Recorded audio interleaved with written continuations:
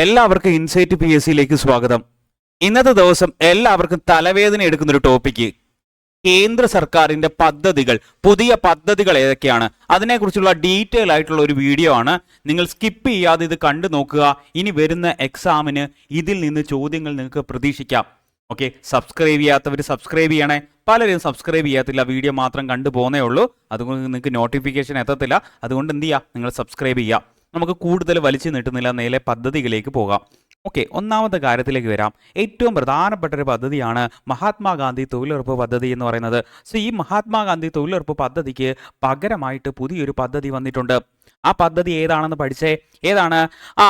Viksit Bharat guarantee for Rozgar and Ajeevika mission എന്നാണ്. പഠിച്ചു വെച്ചേക്കണേ. Viksit Bharat for guarantee for Rozgar and Ajeevika mission ആണ്. സോ ഇത് എന്താണ് എന്നതിനെ കുറിച്ചുള്ള ഡീറ്റെയിൽ ആയിട്ടുള്ള കാര്യങ്ങൾ പറഞ്ഞു തരാം. ഒരു വർഷം എത്രയാണ്? 125 ദിവസത്തെ തൊഴിൽ കൊടുക്കുന്നു. ഓക്കെ, 125 ദിവസത്തെ തൊഴിൽ കൊടുക്കുന്നു. നേരത്തെ എത്രയായിരുന്നു? 100 ആയിരുന്നു. മഹാത്മാഗാന്ധി തൊഴിലുറപ്പ് പദ്ധതി പ്രകാരം 100 ആയിരുന്നു. സോ ഇനി ഫണ്ടിന്റെ കാര്യം എങ്ങനെയാണെന്ന് പറഞ്ഞാൽ, ഓക്കെ, കേന്ദ്രം 60% കൊടുക്കുകയും 40 എത്രയാണ്? സംസ്ഥാനങ്ങളാണ് കൊടുക്കുന്നത്. ഇനി വടക്ക് കിഴക്കൻ സംസ്ഥാനങ്ങൾ, ഹിമാലയൻ സംസ്ഥാനങ്ങളിൽ 90-10 ആയിരിക്കും റേറ്റ് വരുന്നത്.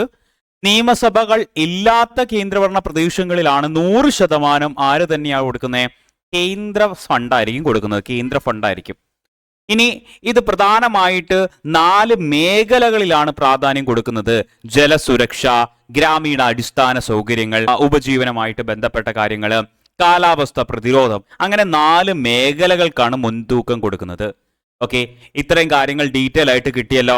ഇത് മാത്രം പഠിച്ചാൽ പോരാ, നമുക്കൊരു കമ്പാരിസൺ നടത്തണം. മഹാത്മാഗാന്ധി തൊഴിലുറപ്പ് പദ്ധതി എങ്ങനെയായിരുന്നു, ഇപ്പം കാണുന്ന നിലവിലുള്ള VB റാംജി പദ്ധതി എങ്ങനെയാണെന്നുള്ള ഒരു കമ്പാരിസൺ വേണം. അത് നിങ്ങളെ ഞാൻ ഡീറ്റെയിൽ ആയിട്ട് പഠിപ്പിക്കും. നെക്സ്റ്റ് നമുക്ക് അതാണ് പഠിക്കാൻ പോകുന്നത്. എന്താണ് ക്ലിയർ ആയിട്ട് മനസ്സിലാക്കി വെക്കുക.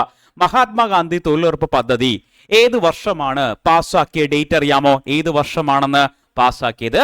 2005 ഓഗസ്റ്റ് 23-നാണ്. 2005 ഓഗസ്റ്റ് 23. സോ ഇത് നിലവിൽ വന്ന ഡേറ്റ് കൂടെ ഒന്ന് പഠിച്ചേ. 2006 ഫെബ്രുവരി 2-നാണ് നിലവിൽ വന്നത്. 2006 ഫെബ്രുവരി 2-നാണ് നിലവിൽ വന്നത്. സോ നിലവിലെ പുതിയ പദ്ധതി വികസിത് ഭാരത് ഗ്രാമീൺ റോസ്ഗാർ ആൻഡ് അജീവിക മിഷൻ അല്ലെ. ഈ ഒരു പദ്ധതി പാർലമെന്റ് പാസ്സാക്കിയത് എന്നാണ്? 2025 ഡിസംബർ 18-നാണ്. 2025 ഡിസംബർ 18.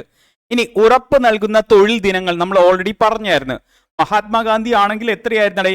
ഒരു കുടുംബത്തിന് പ്രതിവർഷം കുറഞ്ഞത് 100 ദിനങ്ങളാണ്, തൊഴിൽ ദിനങ്ങളായിരുന്നു കൊടുത്തിരുന്നത്. ഒരു കുടുംബത്തിന്, ഗ്രാമീണ കുടുംബത്തിന് പ്രതിവർഷം എത്രയാണ്? 100 ദിനങ്ങളാണ്. അപ്പം പുതിയ പദ്ധതിയിൽ എത്രയാണ്? 125 ആണ് എന്ന കാര്യത്തിലേക്ക് വരാം. 125.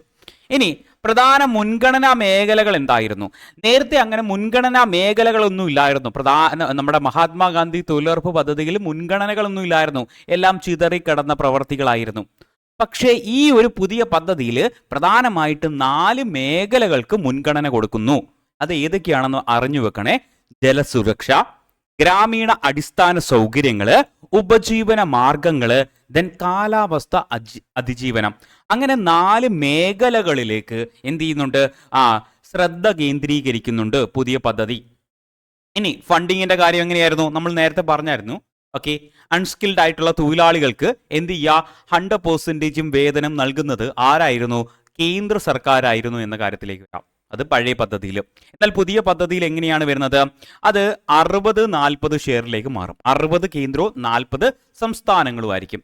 ഈ പ്രത്യേക പരിഗണനയുള്ള സംസ്ഥാനങ്ങൾ, വടക്ക് കിഴക്കൻ സംസ്ഥാനങ്ങൾ അല്ലെങ്കിൽ ഹിമാലയൻ സംസ്ഥാനങ്ങളിൽ 90-10 ആയിരിക്കും. കേന്ദ്രഭരണ പ്രദേശം ഇല്ലാത്ത യൂണിയൻ ടെറിട്ടറിയിലാണ് 100% ഫണ്ടും ആര് കൊടുക്കുന്നത്? കേന്ദ്ര സർക്കാർ കൊടുക്കുന്നത്. മനസ്സിലാക്കണേ. ഇതിന്റെ ഇനി അടുത്ത വളരെ ഇമ്പോർട്ടൻ്റ് ആണ്. അടുത്തത് അവകാശ സ്വഭാവം എന്തായിരുന്നു? ഇതിന്റെ റൈറ്റ് എന്തായിരുന്നു? ഇതൊരു നിയമപരമായിട്ടുള്ള അവകാശമായിരുന്നു. ഒരു തൊഴിൽ നിഷേധിക്കപ്പെട്ടാൽ എന്ത് ചെയ്യാൻ പറ്റും? പൗരന്മാർക്ക് നിയമപരമായിട്ട് നേരിടാൻ പറ്റുമായിരുന്നു.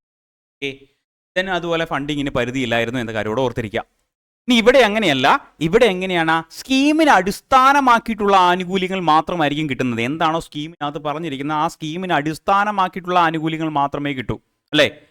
അതുപോലെ തൊഴിൽ ഗ്യാരണ്ടി എന്നത് മുൻകൂട്ടി നിശ്ചയിച്ച ബഡ്ജറ്റ് പരിധിക്ക് വിധേയമാണ്, അല്ലെങ്കിൽ ബഡ്ജറ്റിനകത്ത് എന്താണോ പറഞ്ഞിരിക്കുന്നത് അതനുസരിച്ചുള്ള തൊഴിൽ ഗ്യാരണ്ടി മാത്രമേ കിട്ടൂ എന്ന കാര്യത്തിലേക്ക് വരാം. മനസ്സിലായോ? സ്കീമിൽ എന്താണോ അടിസ്ഥാനം അതിനനുകൂലമായിട്ട് മാത്രമേ, സ്കീമിനെ അടിസ്ഥാനമാക്കി മാത്രമേ ആനുകൂല്യങ്ങൾ കിട്ടൂ എന്ന കാര്യത്തിലേക്ക് വരിക. ഓക്കെ, ക്ലിയർ ആയിട്ട് പഠിച്ചു വെക്കണേ, ഇത് ഉറപ്പായിട്ടും ചോദിക്കുന്നതാണ്. ഇനി നമുക്ക് അടുത്തതിലേക്ക് വരാം, ബഡ്ജറ്റിംഗ് രീതി. അപ്പോൾ ഇതിനകത്ത് വാർഷികമായിട്ട് ബഡ്ജറ്റിംഗ് ഒക്കെ നടത്താറുണ്ടല്ലോ മഹാത്മാഗാന്ധി തൊഴിലുറപ്പ് പദ്ധതിയിൽ. സോ ആ ബഡ്ജറ്റിംഗ് രീതി എങ്ങനെയായിരുന്നു? സംസ്ഥാനങ്ങളുടെ ആവശ്യം അനുസരിച്ചുള്ള ഒരു ലേബർ ബഡ്ജറ്റിംഗ് ആയിരുന്നു. സംസ്ഥാനം എന്താണോ ആവശ്യപ്പെടുന്നത് അതിനനുസരിച്ച് ബഡ്ജറ്റിനകത്ത് മാറ്റങ്ങൾ വരിക. ഡിമാൻഡ് ബേസ്ഡ് ആയിരുന്നു, ഓർത്തിരിക്കാൻ, ഡിമാൻഡ് ബേസ്ഡ് ആയിരുന്നു ബഡ്ജറ്റിംഗ് രീതി എന്ന് പറയുന്നത്. സോ എന്നാൽ പുതിയ പദ്ധതിയിൽ വന്ന മാറ്റം എന്താണ്? കേന്ദ്ര സർക്കാർ ഓരോ സംസ്ഥാനത്തിനും നിശ്ചിത ഫണ്ട് നിശ്ചയിച്ചിട്ടുണ്ട്. അതിനനുസരിച്ച് മാത്രമായിരിക്കും എന്താണ് ബഡ്ജറ്റിന്റെ രീതി വരുന്നത്. അപ്പം കേന്ദ്ര സർക്കാർ ഓരോ സംസ്ഥാനങ്ങൾക്കും വാർഷിക ഫണ്ട് വിഹിതം മുൻകൂട്ടി നിശ്ചയിക്കുന്നുണ്ട്.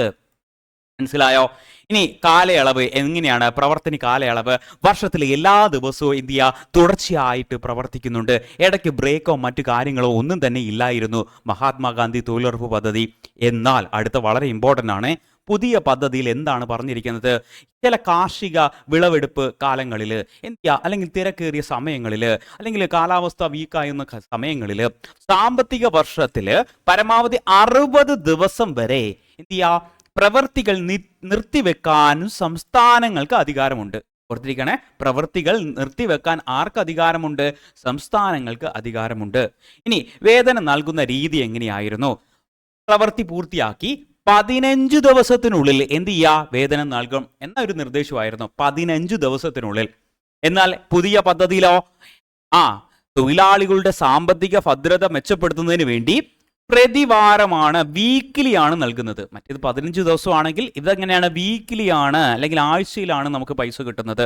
ഓക്കെ, ഇനി ആസൂത്രണ സംവിധാനം എങ്ങനെയായിരുന്നു? ആസൂത്രണ സംവിധാനം ഗ്രാമപഞ്ചായത്തുകളുടെ ആസൂത്രണമായിരുന്നു പ്രധാനമായിട്ടുള്ള അടിസ്ഥാനം.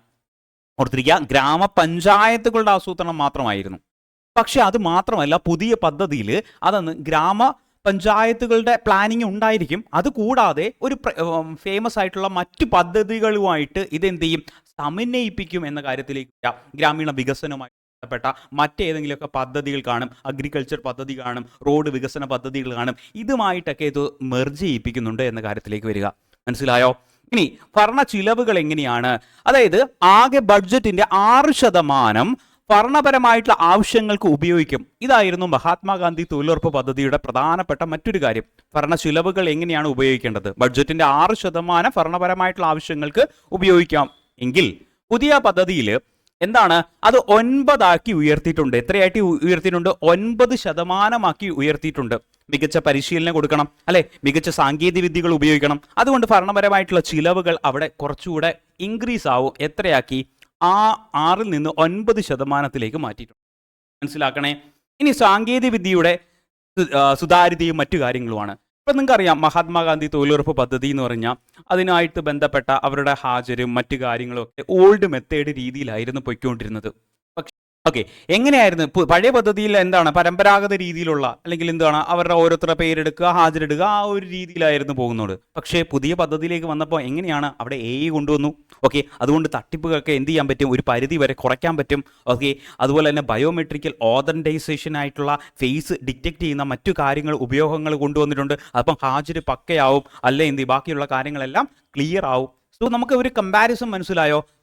മഹാത്മാഗാന്ധി തൊഴിലുറപ്പ് പദ്ധതിയിൽ നിന്ന് ഇങ്ങോട്ട് വരുമ്പോൾ എന്തൊക്കെ മാറ്റങ്ങളാണ് വന്നിരിക്കുന്നത് അറിഞ്ഞു വെക്കുക. ഇത് പരീക്ഷയ്ക്ക് ചോദിക്കാൻ നല്ല ചാൻസ് ഉള്ളതാണ്. നമുക്ക് അടുത്തൊരു പദ്ധതിയിലേക്ക് വരാം. അടുത്ത പദ്ധതിയാണ് PM വികസിത് ഭാരത് റോസ്ഗാർ യോജന. പഠിച്ചു വെച്ചേക്കണേ, PM വികസിത് ഭാരത് റോസ്ഗാർ യോജനയാണ്. സോ ഇത് എന്താണ് എന്ന കാര്യം കൂടെ ക്ലിയർ ആക്കി മനസ്സിലാക്കി തരാം.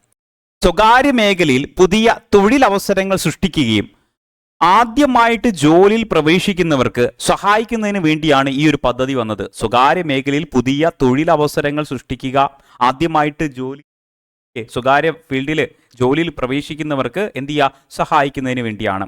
അതായത് രാജ്യത്ത് 3.5 കോടി പുതിയ തൊഴിലവസരങ്ങൾ സൃഷ്ടിക്കുക. പദ്ധതിയുടെ ഭാഗമായിട്ട് 2 കോടി രൂപ അനുവദിച്ചിട്ടുണ്ട് കേന്ദ്ര സർക്കാർ. ഏറ്റവും ഇമ്പോർട്ടൻ്റ് ഇതാണ്. ഏതാണ്?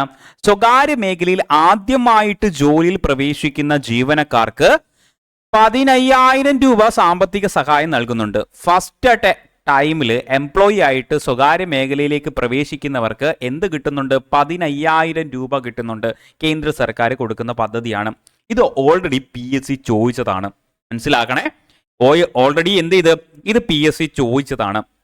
ഇതിനെക്കുറിച്ച് പറയുകയാണെങ്കിൽ 2024-25 ബഡ്ജറ്റിലാണ് ഇത് പ്രഖ്യാപിക്കുന്നത്. സോ പ്രഖ്യാപിക്കുന്ന സമയത്ത് എംപ്ലോയ്മെന്റ് ലിങ്ക്ഡ് ഇൻസെന്റീവ് സ്കീം എന്നായിരുന്നു ഇതിന്റെ പേര് കേട്ടോ. എംപ്ലോയ്മെന്റ് ലിങ്ക്ഡ് ഇൻസെന്റീവ് സ്കീം എന്നായിരുന്നു. ഇൻസെന്റീവ് സ്കീം അതാണ് ELI എന്ന് പറയുന്നത്. എംപ്ലോയ്മെന്റ് ലിങ്ക്ഡ് ഇൻസെന്റീവ് സ്കീം എന്നായിരുന്നു. സോ ഈ സ്കീമിനെയാണ് പിന്നീട് എന്ത് പേരിലേക്ക് മാറ്റുന്നത്? പ്രധാനമന്ത്രി വികസിത് ഭാരത് റോസ്ഗാർ യോജനയിലേക്ക് മാറ്റുന്നത്. ഓർത്തിരിക്കണേ, പ്രധാനമന്ത്രി വികസിത് ഭാരത് റോസ്ഗാർ യോജനയിലേക്ക് മാറ്റുന്നത്. ഓർത്തിരിക്കുക, എത്ര രൂപയാണ് അവർക്ക് കൊടുക്കുന്നത്? ആദ്യമായിട്ട് ജോലിയിൽ കയറുമ്പോൾ എത്രയാണ് കൊടുക്കുന്നത്? 15,000 രൂപയാണ്. ഓർത്തിരിക്കുക, 15,000 രൂപ. ഏത് മേഖലയിലാ? സ്വകാര്യ മേഖലയിലാണ് എന്ന കാര്യത്തിലേക്ക് മറന്നുപോകാതെ പഠിച്ചു വെച്ചേക്കണം. നമുക്ക് അടുത്തൊരു പദ്ധതിയിലേക്ക് പോകാം. PM സേതു സ്കീം എന്നാണ് പദ്ധതിയുടെ പേരെന്താണ്? PM Setu scheme. അതിന്റെ ഫുൾ ഫോം കൂടെ ഒന്ന് പഠിക്കാം. PM skill and employability transformation through upgraded ITIs. Okay, full form പഠിച്ചേ. PM സ്കിൽ എംപ്ലോയബിലിറ്റി transformation through upgraded ITIs. So എന്താണെന്ന് നോക്കാം. അപ്പോൾ ഇന്ത്യയിലെ സർക്കാർ ഇൻഡസ്ട്രിയൽ ട്രെയിനിങ് ഇൻസ്റ്റിറ്റ്യൂട്ടുകളുടെ നവീകരണത്തിന് വേണ്ടിയുള്ള പദ്ധതിയാണ് ഇത്. ഏറ്റവും പ്രധാനപ്പെട്ട ഒരു കാര്യം കൂടെ ഓർത്തിരിക്കുക, ഇത് നടപ്പിലാക്കുന്ന നോഡൽ ഏജൻസി കൂടെ പഠിച്ചു വെച്ചേക്കണേ. മിനിസ്ട്രി ഓഫ് സ്കിൽ ഡെവലപ്മെന്റ് ആണ്. Ministry of skill development. So അടുത്തതിലേക്ക് പോകാം. അടുത്തതാണ് നവ്യ ഇനിഷ്യേറ്റീവ് എന്ന് പറഞ്ഞ പദ്ധതിയാണ്. നവ്യ ഇനിഷ്യേറ്റീവ്. സോ ഈ പദ്ധതി ആരാണ് നടപ്പിലാക്കുന്നത്? Ministry of woman and child ഡെവലപ്മെന്റും സ്കിൽ ഡെവലപ്മെന്റ് ഇന്ത്യയും കൂടെ ചേർന്നിട്ടാണ് നടപ്പിലാക്കുന്നത്. എന്തിനു വേണ്ടിയാണെന്ന് പഠിക്കാം. എന്തിനു വേണ്ടിയാ? പെൺകുട്ടികളുടെ വൊക്കേഷണൽ ട്രെയിനിങ് നൈപുണ്യം വികസിപ്പിക്കുന്നതിന് വേണ്ടി. അതായത് 16 മുതൽ 18 വയസ്സ് വരെയുള്ള പെൺകുട്ടികൾക്ക് വൊക്കേഷണൽ ട്രെയിനിങ് കൊടുക്കുക. AI ബന്ധപ്പെട്ട കാര്യങ്ങൾ, സൈബർ സെക്യൂരിറ്റി ബന്ധപ്പെട്ട കാര്യങ്ങൾ, തൊഴിലുമായി ബന്ധപ്പെട്ട കാര്യങ്ങൾക്ക് ട്രെയിനിങ് കൊടുക്കുന്ന ഒരു പദ്ധതിയാണ് നവ്യ ഇനിഷ്യേറ്റീവ് എന്ന് പറയുന്നത്. സോ ഇത് ഏത് പദ്ധതിയുടെ ഭാഗമാണ്? PM കൗശൽ വികാസ് യോജനയുടെ ഭാഗമാണ് കേട്ടോ. PM കൗശൽ വികാസ് യോജനയുടെ ഭാഗമാണ്. ആരുടെ അറിഞ്ഞു വെക്കുക. ഭവ്യ സ്കീമാണ് അടുത്തത്. ഭവ്യ സ്കീം. ഭാരത് ആദ്യോഗി വികാസ് യോജന എന്നാണ് ഇതിന്റെ ഫുൾ ഫോം. എന്താണെന്ന് പഠിക്കാം. അതായത് നമ്മുടെ രാജ്യത്ത് ഉടനീളമുള്ള ലോകോത്തര നിലവാരത്തിലുള്ള വ്യവസായ പാർക്കുകൾ ആരംഭിക്കുന്നതിന് വേണ്ടി ഉള്ള പദ്ധതിയാണ് കേട്ടോ. ഓക്കെ, ഓർക്കുക 2026 ഇതിന്റെ ക്യാബിനറ്റ് അപ്രൂവൽ കൊടുത്തത് മാർച്ച് മാസത്തിലാണ്. സോ അതുകൊണ്ട് ലേറ്റസ്റ്റ് ആയിട്ടുള്ള ഒരു പദ്ധതിയാണ്. അപ്പം ഭവ്യ സ്കീം എന്തിനു വേണ്ടിയാണ്? രാജ്യത്തുടനീളമുള്ള എന്ത് ചെയ്ത് വ്യവസായ പാർക്കുകൾ വികസിപ്പിക്കുന്നതിന് വേണ്ടി, അതും ലോകോത്തര നിലവാരമുള്ള വ്യവസായ പാർക്കുകൾ ഡെവലപ്പ് ചെയ്യുന്നതിന് വേണ്ടിയാണ് ഭവ്യ സ്കീം വന്നേക്കുന്നത്. ഇനി അടുത്തൊരു പദ്ധതിയാണ് ഇന്ത്യ സെമി കണ്ടക്ടർ മിഷൻ എന്ന് പറയുന്നത്. ഇന്ത്യ സെമി കണ്ടക്ടർ മിഷൻ നമുക്കറിയാവുന്നല്ലോ എന്തിനു വേണ്ടിയാണ്? തദ്ദേശീയമായിട്ട് ചിപ്പ് നിർമ്മാണം പ്രോത്സാഹിപ്പിക്കുന്നതിന് വേണ്ടിയാണ് കേട്ടോ. ഇന്ത്യ തദ്ദേശീയമായിട്ട് ചിപ്പ് നിർമ്മാണം പ്രോത്സാഹിപ്പിക്കുന്നതിന് വേണ്ടിയുള്ള പദ്ധതിയാണ് സെമി കണ്ടക്ടർ മിഷൻ. സോ 2021 ഇതിന്റെ സ്റ്റാർട്ടിങ് തുടങ്ങുന്നത്. പിന്നീട് ഇതിന്റെ 2.1 ഒക്കെ വന്നിട്ടുണ്ട്, 2.0 ഒക്കെ വന്നിട്ടുണ്ട്. അപ്പം അതൊന്ന് ഓർത്തിരിക്കുക. ഇതിന്റെ ഭാഗമായിട്ടാണ് ഇന്ത്യയിൽ ആദ്യമായിട്ട് എന്ത് ചെയ്ത് ഒരു മൈക്രോ പ്രോസസ്സർ ഇറക്കിയായിരുന്നു. ഓർമ്മയുണ്ടോ? നമ്മൾ കറണ്ട് അഫയേഴ്സിലൊക്കെ പഠിച്ചതാണ്. ഓക്കെ, വിക്രം 3201 എന്ന് പറയുന്ന മൈക്രോ പ്രോസസ്സർ ബഹിരാകാശ ആവശ്യങ്ങൾക്ക് വേണ്ടി ഉപയോഗിക്കുന്ന വിക്രം 3201 എന്ന് പറഞ്ഞ മൈക്രോ പ്രോസസ്സർ പുറത്തിറക്കിയായിരുന്നു. അതും ഈ ഒരു മിഷന്റെ ഭാഗമാണ് കേട്ടോ. അതും ഈ ഒരു മിഷന്റെ ഭാഗമാണ്. ഇനി PSC ഇവിടുന്ന് ചോദ്യങ്ങൾ ചോദിച്ചിട്ടുണ്ട്. ഇന്ത്യ സെമി കണ്ടക്ടർ മിഷൻ നടപ്പിലാക്കുന്ന നോഡൽ ഏജൻസി ഏതാണെന്ന് അടുത്തിടെ വന്ന ചോദ്യമാണ്. 2025 ലേറ്റസ്റ്റ് ആയിട്ട് വന്ന ചോദ്യമാണ്. എന്താണെന്ന് പഠിച്ചു പോകാമേ. ഏതാണ്? മിനിസ്ട്രി ഓഫ് ഇലക്ട്രോണിക്സ് ഇൻഫർമേഷൻ ടെക്നോളജിയാണ് കേട്ടോ. ഏതാണ്?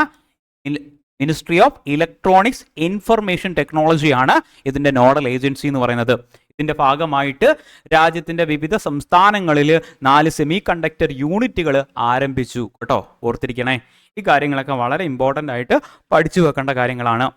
ഇനി അടുത്തതിലേക്ക് വരാം. PM വിദ്യാലക്ഷ്മി സ്കീമാണ്. PM വിദ്യാലക്ഷ്മി സ്കീം എന്താണെന്ന് പഠിക്കാമേ. ഓക്കെ, മിടുക്കരായിട്ടുള്ള വിദ്യാർത്ഥികൾക്ക് ഉയർന്ന വിദ്യാഭ്യാസത്തിനായിട്ട്, ഉന്നത വിദ്യാഭ്യാസത്തിനായിട്ട് സാമ്പത്തിക സഹായം നൽകുന്ന പദ്ധതിയാണ്. ഓക്കെ, ഓർത്തു വെക്കുക, മിടുക്കരായിട്ടുള്ള വിദ്യാർത്ഥികൾക്ക് ഉയർന്ന നിലവാരത്തിലുള്ള അല്ലെങ്കിൽ ഹയർ ക്ലാസ്സിലേക്കുള്ള വിദ്യാഭ്യാസത്തിന് എന്ത് കൊടുക്കണം? സാമ്പത്തിക സഹായം കൊടുക്കുന്ന പദ്ധതിയാണ്. വായ്പാ പദ്ധതിയാണ് വിദ്യാഭ്യാസ വായ്പാ പദ്ധതി. വായ്പാ പദ്ധതിക്ക് ഒരു പ്രത്യേകതയുണ്ട്. എന്താണ്? കൊലാറ്ററലുകൾ ഇല്ലാത്ത അല്ലെങ്കിൽ ഈടുകൾ ഇല്ലാത്ത, ഗ്യാരണ്ടികൾ ഇല്ലാത്ത ഒരു വായ്പാ പദ്ധതിയാണ് എന്ന കാര്യം ഇവിടെ ഓർത്തിരിക്കുക. ഓക്കെ, ഇമ്പോർട്ടൻ്റ് ആയിട്ട് പഠിച്ചു വെക്കണേ. നമ്മുടെ പുതിയ ദേശീയ വിദ്യാഭ്യാസത്തിന്റെ ഭാഗമായിട്ടാണ് ഒരു പദ്ധതി ക്യാബിനറ്റ് അപ്രൂവൽ കൊടുത്തത്. 2024 ഈ പദ്ധതി സ്റ്റാർട്ട് ചെയ്യുന്നത് കേട്ടോ, 2024. അതുകൊണ്ട് പഠിച്ചു വെക്കുക. ഇനി അടുത്താണ് മെറിറ്റ് സ്കീം പദ്ധതി. എന്താണ് മെറിറ്റ് സ്കീം പദ്ധതി? അതായത് multi disciplinary education and research improvement in technology education എന്നാണ് ഈ പദ്ധതിയുടെ പേര്, മെറിറ്റ് സ്കീം. അതായത് നമ്മുടെ രാജ്യത്തിൽ ഇപ്പം സർക്കാരിൻ്റെ നിയന്ത്രണത്തിലുള്ള ഗവൺമെൻറ് എഞ്ചിനീയറിംഗ് കോളേജുകൾ കാണാം, പോളിടെക്നിക് കോളേജുകൾ കാണാം. അത് കുറച്ചുകൂടെ എന്ത് ചെയ്യുക? നവീകരിക്കുക. ഓക്കെ, തൊഴിലധിഷ്ഠിതമായിട്ടുള്ള പാഠ്യപദ്ധതികൾ ഉൾപ്പെടുത്തുക, ഗവേഷണങ്ങൾ ഉൾപ്പെടുത്തുക. അങ്ങനെ ആ ഒരു മേഖല കുറച്ചുകൂടെ ബെറ്റർ ആക്കുന്നതിന് വേണ്ടിയാണ് മെറിറ്റ് സ്കീം വന്നത്. സോ മെറിറ്റ് സ്കീം എന്ന് പറഞ്ഞാൽ സാങ്കേതിക വിദ്യാഭ്യാസ മേഖലകളുടെ ഗുണനിലവാരവും അതുപോലെ ഗവേഷണവും മെച്ചപ്പെടുത്തുന്ന പദ്ധതിയാണ് കേട്ടോ. അപ്പോൾ സാങ്കേതിക വിദ്യാഭ്യാസ മേഖലകളുടെ ഗുണനിലവാരവും ഗവേഷണവും മെച്ചപ്പെടുത്തുന്ന പദ്ധതിയാണ് മെറിറ്റ് സ്കീം. ഫുൾ ഫോം കൂടെ പഠിച്ചേ, multi disciplinary education and research in technology education എന്നാണ്. ഇതിൻ്റെ ഭാഗമായിട്ട് രാജ്യത്ത് 275 തിരഞ്ഞെടുത്തിട്ടുണ്ട്. അത് എഞ്ചിനീയറിംഗ് കോളേജും വരും, പോളിടെക്നിക് കോളേജുകളും വരും. അവരുടെ ഗുണനിലവാരം മെച്ചപ്പെടുത്തിയുള്ള പദ്ധതിയാണ് എന്ന കാര്യം ഇവിടെ ഓർത്തിരിക്കുക. നമുക്ക് അടുത്തതിലേക്ക് വരാം. വെരി വെരി ഇമ്പോർട്ടൻ്റ് ആണ്, പരീക്ഷയ്ക്ക് ഉറപ്പായിട്ടും ചോദിക്കുന്ന ഒരു പദ്ധതിയാണ്. എന്താണ്? PM ധൻ ധാന്യ കൃഷി യോജന കേട്ടോ. PM ധൻ ധാന്യ കൃഷി യോജനയാണ്. അതായത് എന്താണെന്ന് പറഞ്ഞു തരാമേ. അത് കൃഷിയിൽ വളരെ പിന്നോക്കം നിൽക്കുന്ന ഒരു 100 ജില്ലകളെ തിരഞ്ഞെടുക്കും. ഓക്കെ, ആസ്പിറേഷൻ ഡിസ്ട്രിക്റ്റുകളെ തിരഞ്ഞെടുക്കും. ഇതിൻ്റെ നീതി ആയോഗിൻ്റെ മാതൃകയിൽ തന്നെയാണ്. അപ്പോൾ അവരെ എന്ത് ചെയ്യുക? കുറച്ചുകൂടെ ബെറ്റർ ആക്കുക, കൃഷിയിലേക്ക് മുന്നോട്ട് കൊണ്ടുവരിക. അതിനുവേണ്ടിയുള്ള പദ്ധതിയാണ് PM ധൻ ധാന്യ കൃഷി യോജന. അതുകൂടാതെ തന്നെ കുറേ പദ്ധതികളെ ലയിപ്പിച്ചിട്ടുണ്ട് ഇതിനകത്ത്. അതായത് എന്താണെന്ന് പറഞ്ഞു തരാം. കാർഷിക മേഖലയിലെ വിവിധ പദ്ധതികളെ ഏകീകരിച്ച് കൂടുതൽ കാര്യക്ഷമമാക്കുന്നതിന് വേണ്ടിയുള്ള പദ്ധതിയാണ് ഈ ഒരു പദ്ധതി. ഇനി 11 മന്ത്രാലയങ്ങളുടെ കീഴിലുണ്ടാകുന്ന 36 കാർഷിക പദ്ധതികൾ ഇതിൽ ലയിപ്പിച്ചിട്ടുണ്ട്. സോ ഇത് 2025-26 ബഡ്ജറ്റിലാണ് വന്നത് കേട്ടോ. അതുകൊണ്ട് പഠിച്ചു വെച്ചേക്കണേ. 25-26 ബഡ്ജറ്റിലാണ് വന്നത്. ഇമ്പോർട്ടൻ്റ് ആയിട്ട് പഠിച്ചു വെക്കേണ്ട ഒരു പദ്ധതിയാണ്. അടുത്തത് mission for Aatmanirbharat in pulses. Mission for Aatmanirbharat in pulses. ഇതും ഇതേ വർഷം തന്നെ 2025-26 ബഡ്ജറ്റിൽ വന്നൊരു പദ്ധതിയാണ്. അപ്പം ഇത് എന്തിനു വേണ്ടിയാണെന്ന് വെച്ച് കഴിഞ്ഞാൽ ഈ പയറുവർഗ്ഗങ്ങളില്ലേ, സോ അവിടെ ഇന്ത്യക്ക് സ്വയം പര്യാപ്തത കൊണ്ടുവരുന്നതിന് വേണ്ടിയാണ്. പയറുവർഗ്ഗങ്ങളുടെ ഉൽപ്പാദനത്തിൽ ഇന്ത്യ സ്വയം പര്യാപ്തത കൊണ്ടുവരിക. അതിനുവേണ്ടി ഒരു ടാർഗറ്റ് വർഷം 2030 ആണ്, 2031 വരെയാണ്. ഇത് മാത്രമല്ല, ഇതിലൂടെ പയറുവർഗ്ഗങ്ങൾ മാത്രമല്ല, തുവര, അതുപോലെ തന്നെ പരിപ്പ്, ഉഴുന്ന് തുടങ്ങിയവയ്ക്ക് 100% താങ്ങുവിലയും ആര് കൊടുക്കുന്നുണ്ട്? ചെയ്യുന്നുണ്ട്. അപ്പോൾ അതുകൊണ്ട് ഈ പഠിച്ചു വെക്കാം, മിഷൻ ഫോർ ആത്മനിർഭാരത് പൾസസ് പദ്ധതി. ഓക്കെ, ഇനി നമുക്ക് അടുത്തതിലേക്ക് വരാം. PM റാഹത്ത് സ്കീം ലേറ്റസ്റ്റ് ആയിട്ട് വന്നിട്ടുള്ള പദ്ധതിയാണ്. PM റാഹത്ത് സ്കീം നടപ്പിലാക്കുന്ന നോഡൽ ഏജൻസിയോട് ഒന്ന് പഠിച്ച് റോഡ് ട്രാൻസ്പോർട്ടേഷൻ ആൻഡ് ഹൈവേ ആണ്. അതായത് ഇപ്പം ഞാനൊരു കാര്യം പറഞ്ഞ വാഹന അപകടങ്ങളിൽ പെട്ടിട്ട് ഇങ്ങനെ എന്ത് ചെയ്യുക, ഹോസ്പിറ്റലൈസ് ആവുന്നവർക്ക് ഉടനടി പണരഹിതമായിട്ടുള്ള ചികിത്സ നൽകുന്ന പദ്ധതിയാണ്. മനസ്സിലാക്കണേ, റാഹത്ത് പദ്ധതി നമുക്ക് പെട്ടെന്ന് കിട്ടത്തില്ല. എന്താണ്? വാഹന അപകടങ്ങളിൽ പെടുന്നവർക്ക് ഉടനടി പണരഹിതമായിട്ടുള്ള ചികിത്സ നൽകുന്ന പദ്ധതിയാണ്. ഒരാൾക്ക് ഏകദേശം പരമാവധി 1.5 ലക്ഷം രൂപ വരെ 1.5 ലക്ഷം രൂപ വരെ എന്ത് ചെയ്യുക, ചികിത്സാ ചിലവ് സർക്കാർ വഹിക്കും. അപകടം നടന്ന് ആദ്യത്തെ 7 ദിവസത്തേക്ക് മാത്രമാണ്. റാഹത്ത് പദ്ധതി 2026 അതിൻ്റെ ക്യാബിനറ്റ് അപ്രൂവലൊക്കെ ചെയ്ത് വന്നത്. സോ അതുകൊണ്ട് ലേറ്റസ്റ്റ് ആയിട്ടുള്ള പദ്ധതിയാണ്. സോ ഇതിൻ്റെ ഫുൾ ഫോമും കൂടെ പഠിച്ചു വെച്ചേക്കണം. Road accident victim hospitalisation and assured treatment എന്നാണ്. തുക, road accident victim, hospitalisation and assured treatment എന്നാണ് ട്രീറ്റ്മെന്റ്.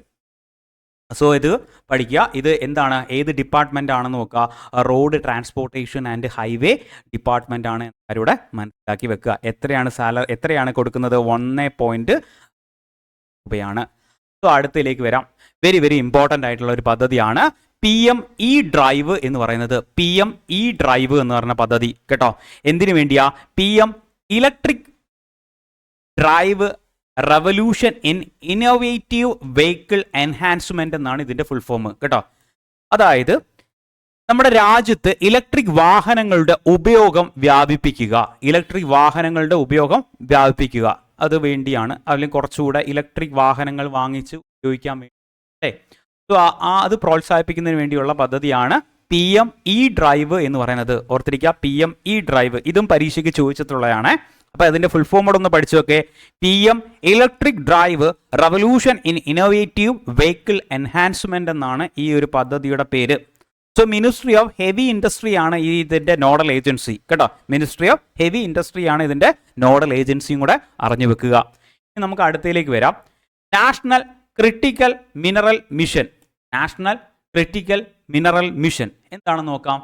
അത്യാവശ്യ ധാതുക്കളുടെ പരിവേഷണം പ്രോത്സാഹിപ്പിക്കുന്നതിന് വേണ്ടിയുള്ള ഒരു മിഷനാണ്. അതായത് നമുക്ക് ഏറ്റവും പ്രധാനപ്പെട്ട കുറച്ച് ധാതുക്കൾ ആവശ്യമാണ്. എന്തിനു വേണ്ടിയാണ്? EVM ബാറ്ററികൾക്ക് വേണ്ടി, കാറ്റാടി യന്ത്രങ്ങൾക്ക് വേണ്ടി ആവശ്യമായിട്ടുള്ള ചെമ്പ്, ലിഥിയം, നിക്കല്, കൊബാൾട്ട് എന്നിവ കണ്ടെത്താൻ ലക്ഷ്യമുള്ള ഒരു പദ്ധതിയാണ് എന്താണ്? നാഷണൽ ക്രിട്ടിക്കൽ മിനറൽ മിഷൻ എന്ന് പറയുന്നത്. National critical mineral mission. Okay, ഇനി അടുത്തതിലേക്ക് വരാം. മിഷ്തി പ്രോജക്റ്റ് ആണ്. ഞാൻ ഓൾറെഡി പല ക്ലാസ്സിലും പറഞ്ഞിട്ടുള്ളതാണ്. മിഷ്തി പ്രോജക്റ്റ് എന്തുമായിട്ട് ബന്ധപ്പെട്ടാണ്? മാംഗ്രൂവ് ഫോറസ്റ്റുകളുടെ ഒരു ഇനിഷ്യേറ്റീവിന് വേണ്ടിയാണ്. അതെന്താണ് അതിന്റെ ഫുൾ ഫോം കൂടെ പഠിച്ചേ? Mangrove initiative for shoreline habitat and tangible incomes എന്നാണ്. Mangrove initiative for shorelines habitable and tangible incomes എന്നാണ്. അതായത് തീരപ്രദേശങ്ങളിൽ, അതായത് ഇന്ത്യയുടെ തീരപ്രദേശങ്ങളിൽ എന്ത് ചെയ്യുക? കണ്ടൽക്കാടുകൾ വെച്ചു പിടിപ്പിക്കുക. അതിനെ പദ്ധതിയാണ് പ്രോജക്റ്റ് എന്ന് പറയുന്നത്. സോ ഇതിൻ്റെ ഏറ്റവും പ്രധാനപ്പെട്ട ലേറ്റസ്റ്റ് ആയിട്ട് വന്ന കറണ്ട് അഫയേഴ്സ് ആണ്. എന്താണ്? ഇങ്ങനെ വെച്ചു പിടിപ്പിക്കുന്നതിലൂടെ ഏറ്റവും മികച്ച സംസ്ഥാനമായിട്ട് മാറിയത് ഏതാണ്? ഗുജറാത്ത് ആണ് കേട്ടോ. ഏറ്റവും മികച്ച സംസ്ഥാനമായിട്ട് മാറിയത് ഏതാണ്? ഗുജറാത്ത് ആണ് എന്നൊക്കെ. സോ നമുക്ക് അടുത്ത പദ്ധതി നമോ ഡ്രോൺ ദീദി പദ്ധതി. ഇത് നടപ്പിലാക്കുന്ന നോഡൽ ഏജൻസി ആദ്യം ഒന്ന് പഠിച്ചേ. അഗ്രികൾച്ചർ ആൻഡ് റൂറൽ ഡെവലപ്മെന്റ് ആണ്. സോ ഇത് എന്താണ് ഇതിൻ്റെ പ്രധാനപ്പെട്ട കാര്യങ്ങൾ? ഈ റൂറൽ മേഖലകളിൽ, ഗ്രാമീണ മേഖലകളിൽ എന്ത് ചെയ്യുക? കൃഷിക്കായിട്ട് വനിതാ സ്വയം സഹായ സംഘങ്ങൾക്ക് ഡ്രോൺ നൽകുന്ന പദ്ധതിയാണ്. കൃഷി ആവശ്യങ്ങൾക്കായിട്ട് വനിതകൾക്ക് എന്ത് ചെയ്യുക? ഡ്രോൺ നൽകുന്ന പദ്ധതിയാണ്. ായോ അത് അറിഞ്ഞു വെക്കുക. അവർക്ക് എന്ത് ചെയ്യുക? ഈ ഡ്രോണ് കിട്ടിക്കഴിഞ്ഞാൽ തന്നെ അത് വാടകയ്ക്ക് നൽകാനും മറ്റുള്ള കാര്യത്തിലൂടെ ഇൻകം അതിനകത്തൂടെ എടുക്കാനും പറ്റുന്ന പദ്ധതിയാണ് നമോ ഡ്രോൺ ദീദി പദ്ധതി. ഇനി അടുത്തൊരു പദ്ധതിയിലേക്ക് വരാം. RDI scheme. എന്താണ് RDI scheme? Research development and innovation scheme എന്നാണ്. RDI സ്കീം എന്താണ്? Research development and innovation scheme എന്നാണ്. എന്താണെന്ന് നോക്കാം. സ്വകാര്യ മേഖലയിലെ ഗവേഷണവും നൂതന സാങ്കേതിക വിദ്യയും പ്രോത്സാഹിപ്പിക്കുന്ന പദ്ധതിയാണ്. സ്വകാര്യ മേഖലയിലെ ഗവേഷണവും നൂതന സാങ്കേതിക വിദ്യ പ്രോത്സാഹിപ്പിക്കുന്ന പദ്ധതിയാണ് RDI സ്കീം. ഇമ്പോർട്ടൻ്റ് ആയിട്ട് പഠിച്ചു വെക്കണേ. ഇനി നമുക്ക് ഏറ്റവും പ്രധാനപ്പെട്ട പരീക്ഷയ്ക്ക് വന്നിട്ടുള്ള കുറച്ച് പദ്ധതികൾ നമുക്ക് നോക്കാം. PM സൂര്യഗ്രഹ പദ്ധതി എന്നാണ് ആരംഭിച്ചത്? 2024 ആരംഭിച്ചത്. ഫെബ്രുവരി മാസത്തിലാണ് ആരംഭിച്ചത്. ഇതിന്റെ ഫുൾ ഫോം എന്താണ്? PM സൂര്യഗ്രഹ മുഫ്ത് ബിജ്ലി യോജന എന്നാണ്. PM സൂര്യഗ്രഹ മുഫ്ത് ബിജ്ലി യോജന.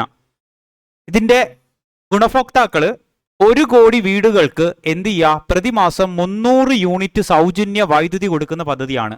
തിരിഞ്ഞ പോലെ PM സൂര്യഗ്രഹ മുഫ്ത് ബിജ്ലി യോജന സൗജന്യമായിട്ട് വൈദ്യുതി കൊടുക്കുന്ന പദ്ധതിയാണ്. ഇനി അടുത്തത് PM വിശ്വകർമ്മ പദ്ധതി. PM വിശ്വകർമ്മ പദ്ധതി 2023 ആരംഭിച്ചത്.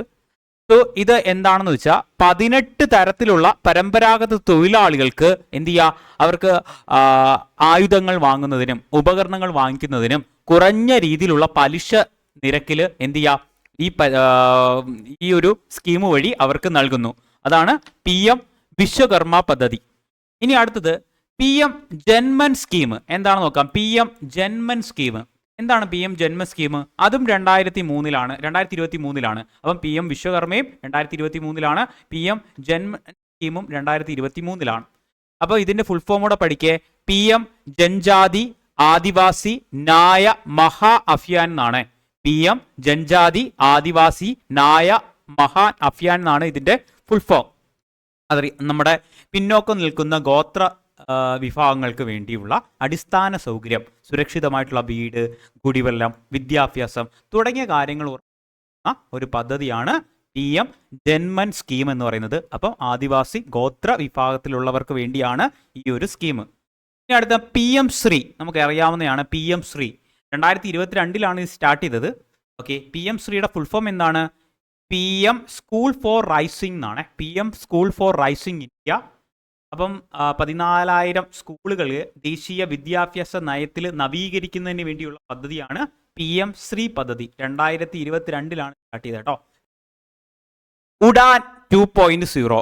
എന്താണ് ഉഡാൻ? ആദ്യമേ മനസ്സിലാക്കുക. ഉഡാൻ എന്ന് പറഞ്ഞു കഴിഞ്ഞാൽ കണക്ടിവിറ്റി ഇല്ലാത്ത മേഖലകളിലേക്ക് നമുക്ക് എന്ത് ചെയ്യാൻ പറ്റും? വിമാന സർവീസുകൾ കൊണ്ടുവരിക. ഒന്നാമത്തെ കാര്യം. അത് ഈ വില കുറഞ്ഞ രീതിയിൽ, ചിലവ് കുറഞ്ഞ രീതിയിൽ വിമാന സർവീസിന് ഒരു പദ്ധതിയാണ് ഉഡാൻ സ്കീം എന്ന് പറയുന്നത്. അത് ഈ ഉഡാൻ സ്കീമിന്റെ 2 ആണ് വന്നേക്കുന്നത്. അപ്പോൾ ഈ 2 എന്ന് പറയുമ്പം കണക്ടിവിറ്റി ഒട്ടും ഇല്ലാത്ത പ്രദേശങ്ങളിലേക്ക്, ഇപ്പം ഹിമാലയൻ പ്രദേശങ്ങളിൽ, വനപ്രദേശങ്ങളിലൊക്കെ എന്ത് ചെയ്യാം, നമുക്ക് വിമാന സർവീസ് വളരെ കുറവായിരിക്കും. അവിടെ ഹെലികോപ്റ്റർ കൊണ്ടുവരിക. സോ അതിനു വേണ്ടിയാണ് ഈ 2.0 വന്നത്. 2.0 കുറച്ചുകൂടെ ഹെലി സർവീസുകൾ കൊണ്ടുവരുന്നതിന് വേണ്ടി ഇനിഷ്യേറ്റീവ് എടുത്തിട്ടുണ്ട്. സോ അത് മനസ്സിലാക്കി വെക്കുക. പുതിയതായിട്ട് 100 എയർപോർട്ടുകൾ സ്റ്റാർട്ട് ചെയ്തിട്ടുണ്ട്. അതുപോലെ തന്നെ എന്ത് ചെയ്യാം, 200 ഹെലിപ്പാഡുകൾ വികസിപ്പിക്കുന്നതും ഈ ഒരു പദ്ധതിയുടെ ഭാഗമാണ്. ഇനി അടുത്തതിലേക്ക് വരാം. ഗ്രാമ സഡക് യോജന. ഇത് പണ്ട് മുതലേ ഉള്ള പദ്ധതിയാണ്. 2000 സ്റ്റാർട്ട് ചെയ്ത പദ്ധതിയാണ്. എന്താ? ഗ്രാമ സഡക് യോജന. ഓക്കെ, AV വാജ്പേയിയുടെ കാലത്ത് സ്റ്റാർട്ട് ചെയ്ത പദ്ധതിയാണ്. ഗ്രാമങ്ങളുടെ റോഡുകൾ നവീകരിക്കുന്നതിന് വേണ്ടിയുള്ള പദ്ധതിയാണ്.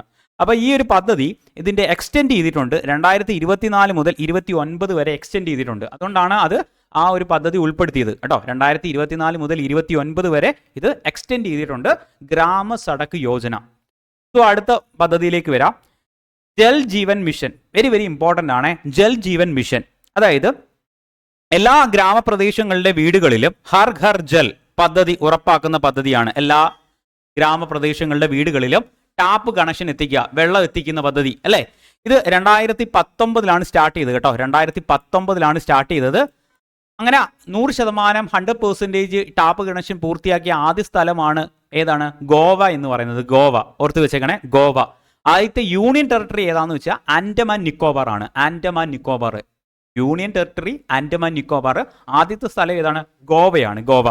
സോ ഇത് എക്സ്റ്റെൻഡ് ചെയ്തിട്ടുണ്ട്. 2028 വരെ എക്സ്റ്റെൻഡ് ചെയ്തിട്ടുണ്ട്. അപ്പം ജൽ ജീവൻ മിഷൻ എന്ന് വരെ എക്സ്റ്റെൻഡ് ചെയ്തിട്ടുണ്ട്. 2028 വരെ എക്സ്റ്റെൻഡ് ചെയ്തിട്ടുണ്ട്. അതിന്റെ ഭാഗമാണ് ഹർ ഘർ ജൽ പദ്ധതി കേട്ടോ. ഹർ ഘർ ജൽ പദ്ധതി. ഓക്കെ, നെക്സ്റ്റ് അടുത്തയിലേക്ക് വരാം. PM സ്വാനിധി ഇമ്പോർട്ടൻ്റ് ആണ്. PM സ്വാനിധി ആർക്ക് വേണ്ടിയാണെന്ന് പഠിക്കാം. PM സ്വാനിധി എന്ന് പറഞ്ഞാൽ തെരുവ് കച്ചവടക്കാരുണ്ടല്ലോ, അവർക്ക് ഈടുകളില്ലാതെ വായ്പ നൽകുന്ന പദ്ധതിയാണ് PM സ്വാനിധി പദ്ധതി. അപ്പം തെരുവ് കച്ചവടക്കാർക്ക് വേണ്ടിയാണ് ഈ ഒരു പദ്ധതി വന്നത്, PM സ്വാനിധി പദ്ധതി.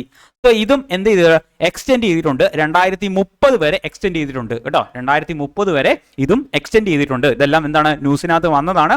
അതുകൊണ്ടാണ് ഇത് നോട്ട് ചെയ്ത് വെച്ചേക്കുന്നത് കേട്ടോ. അപ്പം ഇനി അടുത്തൊരു പദ്ധതിയാണ് ധ്രുവ ഡിജിറ്റൽ അഡ്രസ്സ്. നമ്മുടെ പോസ്റ്റ് ഓഫീസ് വകുപ്പ് നടപ്പിലാക്കുന്ന ഒരു പദ്ധതിയാണ്. ഓരോ വ്യക്തികൾക്കും ബിസിനസ്സുകൾക്കും എന്ത് ചെയ്യുക, യൂണിക് ആയിട്ടുള്ള ഒരു ഡിജിറ്റൽ വിലാസം നൽകുന്ന പദ്ധതിയാണ്. ഓക്കെ, അത് ഡിജി പിൻ എന്ന പേരിലൊക്കെ അറിയപ്പെടും. അതിന്റെ ഭാഗമായിട്ടാണ് ധ്രുവ എന്ന് പറയുന്ന ഡിജിറ്റൽ അഡ്രസ്സ്. ഒരു 10 അക്കം വരുന്ന അഡ്രസ്സാണ് കൊടുക്കുന്നത് കേട്ടോ. അപ്പൊ നമ്മളെ കുറിച്ചുള്ള ഫുൾ വിവരങ്ങൾ അതിനകത്ത് ലഭിക്കും. ഇനി അടുത്തതാണ് സ്വാതി ആപ്പ്. സ്വാതി ആപ്പ് എന്താണ്? സ്വാതി ആപ്പ് നമ്മുടെ IIT അതുപോലെ തന്നെ എൻട്രൻസ് എക്സാമുകൾ, വിവിധ കോളേജുകളിലേക്കുള്ള എൻട്രൻസ് എക്സാമുകൾക്കുള്ള സൗജന്യ പരിശീലനം നൽകുന്ന ഒരു ആപ്പാണ് സ്വാതി ആപ്പ്. മിനിസ്ട്രി ഓഫ് എഡ്യൂക്കേഷനും IIT കാൺപൂരോടെ ചേർന്നിട്ടാണ് ഈ ഒരു ആപ്പ് സൗകര്യം ഒരുക്കുന്നത്. പ്രാരംഭ് ക്യാമ്പയിൻ ആണ് അടുത്ത് പഠിക്കുന്നത്. 2026 വന്ന ഒരു ലേറ്റസ്റ്റ് ആയിട്ടുള്ള ഒരു പദ്ധതിയാണ്. സോ അതെന്താണെന്ന് നോക്കാം. ഇൻകം ടാക്സ് ആക്ട്, സോ ആദായ നികുതിയുമായിട്ട് ബന്ധപ്പെട്ടത്. സോ അതിനെക്കുറിച്ച് ബോധവൽക്കരിക്കുന്നതിന് വേണ്ടി നൽകുന്ന ഒരു പ്ലാറ്റ്ഫോമാണ് ഏത്, ഒരു ക്യാമ്പയിനാണ് പ്രാരംഭ് ക്യാമ്പയിൻ എന്ന് പറയുന്നത്. അതിനുവേണ്ടി കാർ സാദി എന്ന് പറയുന്ന ഒരു ചാറ്റ് ബോട്ട് കൂടെ പുറത്തിറക്കിയിട്ടുണ്ട്. കാർ സ്വാതി എന്ന് പറയുന്ന ഒരു ചാറ്റ് ബോട്ട് പുറത്തിറക്കിയിട്ടുണ്ട് എന്ന കാര്യം ഇവിടെ ഓർത്തിരിക്കുക. അപ്പം പ്രാരംഭ് ക്യാമ്പയിൻ എന്തിനു വേണ്ടിയാണ്? നമ്മുടെ ഇൻകം ടാക്സ് ആക്ട് ഉണ്ട്, അതിൻ്റെ നവീകരിച്ചായിരുന്നു അല്ലേ. 2026 ഏപ്രിൽ 1 തൊട്ടാണ് അത് നിലവിൽ വരുന്നത്. സോ അതിൻ്റെ ബോധവൽക്കരണത്തിന് വേണ്ടി. ഇനി അടുത്തത് പ്രോജക്റ്റ് വിസ്താർ എന്ന് പറഞ്ഞ പ്രോജക്റ്റാണ്. വിസ്താർ എന്താണ് പ്രോജക്റ്റ് വിസ്താർ? കാർഷിക ആവശ്യങ്ങൾക്കായിട്ട് കാർഷിക മേഖലയിൽ 12,000 സ്റ്റാർട്ടപ്പ് വിവരങ്ങൾ ലഭിക്കുന്നതിന് വേണ്ടിയുള്ള ഒരു പോർട്ടലാണ് കേട്ടോ. ഒരു പോർട്ടലാണ് പ്രോജക്റ്റ് വിസ്താർ. അഗ്രികൾച്ചറും അതുപോലെ തന്നെ IIT മദ്രാസും ചേർന്നിട്ടാണ് ഈ ഒരു പ്രോജക്റ്റ് വിസ്താറിന്റെ മേൽനോട്ടം വഹിക്കുന്നത്. സ്റ്റാർട്ടപ്പുകൾക്കുള്ള വിവരങ്ങൾ ലഭിക്കുന്ന, കാർഷിക മേഖലയിൽ സ്റ്റാർട്ടപ്പുകൾക്ക് വിവരം ലഭിക്കുന്ന ഒരു പോർട്ടൽ. പോർട്ടലാണെന്ന് ഓർക്കുക കാർഷിക മേഖലയിൽ. ഇനി ആദി കർമ്മയോഗി പദ്ധതി ഇമ്പോർട്ടൻ്റ് ആയിട്ട് പഠിച്ചു നോക്കുക. ആദി കർമ്മയോഗി പദ്ധതി ആർക്കു വേണ്ടിയാണ്? അതും ഗോത്ര വിഭാഗങ്ങളുടെ ശാക്തീകരണത്തിനും വികസനത്തിനും വേണ്ടിയാണ്. ഗ്രാമങ്ങളിൽ നടപ്പിലാക്കുന്ന പദ്ധതിയാണ് ആദി കർമ്മയോഗി പദ്ധതി. സോ അടുത്ത ഏറ്റവും പ്രധാനപ്പെട്ടയാണ് ഉല്ലാസ് പദ്ധതി. ഒരു സാക്ഷരതാ പരിപാടിയാണ്. സോ ഈ ഒരു സാക്ഷരതാ പരിപാടിയുടെ ഭാഗമായിട്ട് മിസോറാം രാജ്യത്തെ ആദ്യത്തെ സമ്പൂർണ്ണ സാക്ഷരതാ സംസ്ഥാനമായിട്ട് മാറി എന്ന റിപ്പോർട്ട് പറയുന്നുണ്ട്. ഓക്കെ, അപ്പം മിസോറാം രാജ്യത്തെ സമ്പൂർണ്ണ സാക്ഷരതാ സംസ്ഥാനമായിട്ട് മാറുന്നതിൽ പ്രധാനപ്പെട്ട പങ്ക് വഹിച്ച പദ്ധതിയാണ് ഉല്ലാസ് പദ്ധതി. ഇനി അടുത്തൊരു പദ്ധതിയാണ് ശ്രേഷ്ഠ ഇൻഡെക്സ്. എന്താണ് ശ്രേഷ്ഠ ഇൻഡെക്സ്? ഈ ഇൻഡെക്സ് എന്ന് പറഞ്ഞാൽ സംസ്ഥാനത്തിലെ ആരോഗ്യ സേവനങ്ങളുടെ ഗുണനിലവാരം അളക്കുന്ന സൂചികയാണ്. സംസ്ഥാനങ്ങളിലെ ആരോഗ്യ സേവനങ്ങളുടെ ഗുണനിലവാരം അളക്കുന്ന സൂചികയാണ് ശ്രേഷ്ഠ ഇൻഡെക്സ് എന്ന് പറയുന്നത്. ലേറ്റസ്റ്റ് ആയിട്ട് വന്നിട്ടുള്ള പദ്ധതികളുടെ വിവരങ്ങളാണ്.